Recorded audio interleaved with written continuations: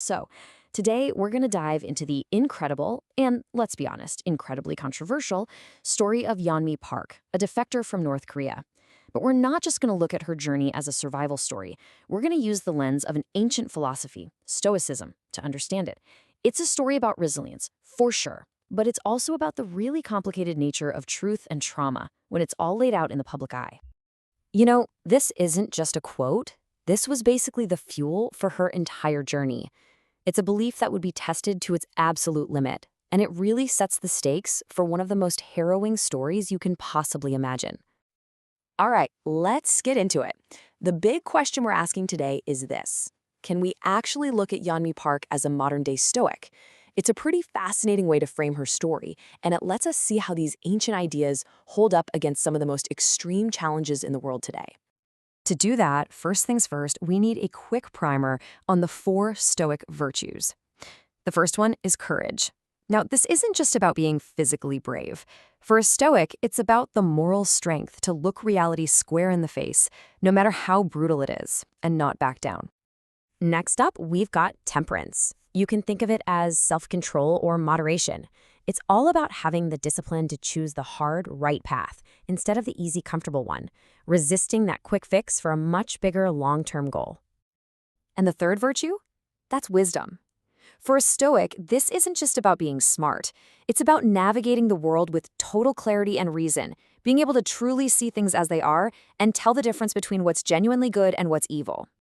And that brings us to the fourth, and for a lot of Stoics, the most important one of all: justice.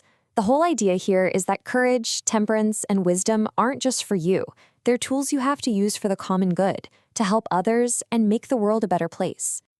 Okay, so now that we've got that framework, let's see how Yeonmi Park's story seems to, well, almost perfectly illustrate these 4 virtues. Courage just screams from every part of her story. The scale of what she faced is just staggering. We're talking about a world where starvation was normal, where seeing people die in public was just part of life. Then escaping at just 13 years old, only to be sold into slavery and endure years of abuse. That requires a level of endurance that's almost impossible to comprehend. This is Stoic courage in its most raw, extreme form. And after all that horror, the final escape to freedom wasn't some relief. No, it was another life-or-death battle. Crossing the Gobi Desert in temperatures that could kill you in minutes, it's this powerful symbol of her absolute refusal to just give up. And that's where we see temperance kick in. Once she finally got to safety in South Korea, the easy path was right there. Settle down, get a simple job, and just rest. Who would blame her? But she chose the much harder path. She poured everything she had into her education, so intensely that she actually became malnourished again, this time in a country with plenty of food. That's choosing a higher purpose over immediate comfort. When we think of wisdom, we often think of being book smart, but Stoic wisdom is also about moral understanding. Park has talked openly about how her childhood made her completely numb to suffering. She had to consciously relearn what empathy and compassion even were. That journey from being emotionally shut down to having this deep moral clarity, that's a perfect example of cultivating wisdom. And this all leads to what many Stoics would call the whole point of the other virtues: justice. Park could have easily just lived a quiet, private life, but she didn't. She uses her freedom, her platform, her voice to speak up for the millions still trapped back in North Korea, even though she faces very real threats on her own life. She took her own suffering and turned it into a weapon for the common good. So, this is where the story takes a turn. Because as powerful and as inspiring as this narrative is, the specific details of her account have come under some really intense scrutiny. And what's the issue? Well, it really boils down to one word: consistency.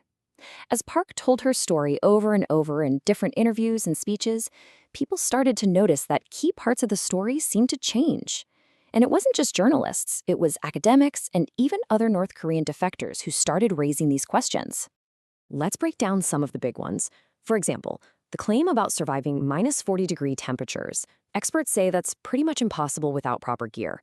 Details about her father's death have also shifted. In some versions, she buried him alone. In others, he was cremated with help. Even the basic detail of who she escaped with has changed. And then there's the story of seeing someone executed for watching a James Bond movie.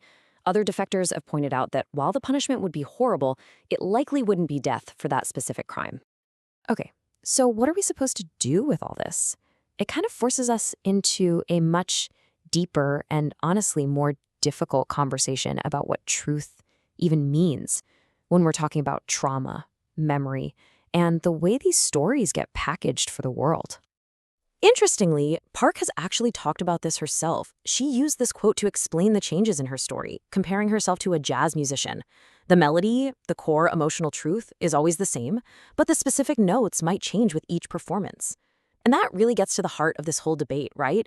Is her story about getting every single fact perfect, or is it about conveying a different, deeper kind of truth? Academics have a really interesting way of looking at this. Check out this graph. Think of it as mapping the psychic distance between a person and their own story. Right at the bottom corner, you've got pure autobiography, the person writing their own story. As you move away, you get into ghostwriting and biography. Well, defector memoirs, like Park's, they live in this really complex middle ground. And this process, it actually has a name. It's called vocal writing. It's where a defector tells their story out loud, usually through a translator, to a co-author. That co-author then has to shape it into a book that will sell to a Western audience. The final product isn't just one person's memory. It's shaped by the writer, the translator, and even the pressures of the publishing world. And then, of course, there's the huge factor we just can't ignore: trauma. Scientists and scholars talk about this double perspective. The person telling the story today is fundamentally different from the terrified, traumatized person who actually lived through it. And remembering those events isn't like hitting play on a video. It's messy, it's chaotic, and memories can absolutely shift, blur, and change over time. So with all of this complexity, where does Stoicism fit back in? What does this ancient philosophy have to say about the duty of an activist, especially one whose story is so complicated? Is there even a place for this kind of activism in Stoicism? The answer is a resounding yes. In fact, as scholar Christopher Gill points out, the ancient Roman Stoics were famous for being political activists. They didn't just sit around and passively accept the world. They were out there challenging injustice. For them, it wasn't a distraction from their philosophy. It was the entire point of it. See, it all comes back to this core Stoic idea of a single world community or brotherhood of humanity. They believed that because we are all connected, it's our duty to get involved in public life and fight to make sure everyone is treated justly. So in that light, Park's activism, no matter how complex the narrative is, fits perfectly with this fundamental Stoic principle. And all of this leaves us with one last, really tough question. Can a story with contested facts still serve a just cause? It forces us to ask what we really want from our activists and our heroes. Does their power come from getting every single detail verifiably correct?